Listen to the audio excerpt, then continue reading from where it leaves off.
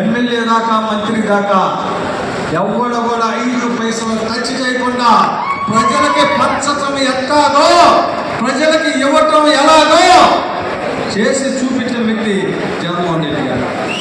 అందుకని ప్రజలందరూ చాలా సంతోషంగా ఉన్నారు, పేదవాడు మధ్య తరగతి వాడు. గత ఎలక్షన్స్లో గెలిపించినందుకు తను చెప్పిన మాటలు నిలబెట్టుకున్న ముఖ్యమంత్రి.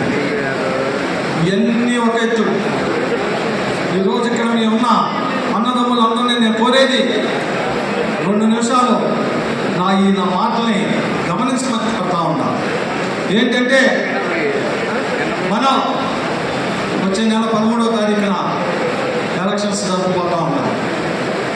ఆ ఎలక్షన్స్లో గత ఎలక్షన్స్లో 19 ఎలక్షన్స్లో మీ అందరూ కూడా ఈ రాష్ట్ర ముఖ్యమంత్రి జగన్మోహన్ రెడ్డి గారు ముఖ్యమంత్రి అవ్వాలని, మేమందరం శాసనసభ్యులు అవ్వాలని మీరందరూ మన గ్రామాలకు వచ్చి మీ శక్తి మీద ఎవరెవరు ఏమేమి ఎఫెక్ట్ పెట్టగలిగారో ఇవన్నీ పెడితేనే ముఖ్యమంత్రి జగన్మోహన్ రెడ్డి గారు అయ్యారు, మేము ఎమ్మెల్యేలు అయ్యాం.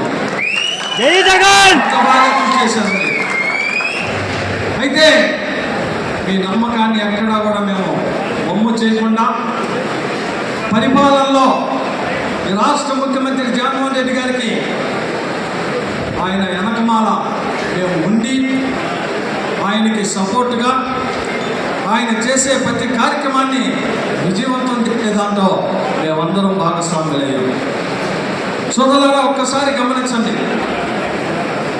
మనకి, మన పార్టీకి, మన ముఖ్యమంత్రి గారికి, ఆంధ్ర రాష్ట్ర ప్రజలకి 19 ఎలక్షన్స్ కన్నా 24 రేపు వచ్చే నెల జరగబోతున్న ఎలక్షన్స్ చాలా కీలకమైనవి, చాలా ముఖ్యమైనవి. ఎలా అంటే జగన్మోహన్ రెడ్డి గారిని ఓడించలేము అని తెలిసి తెలుగుదేశం పార్టీ 3 ఖండవాలను మెల్లబెట్టింది.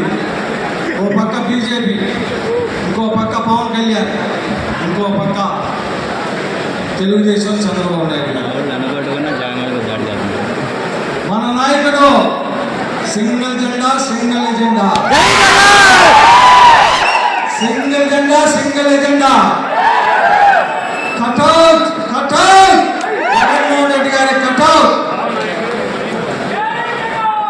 జగన్మోహన్ రెడ్డి గారిని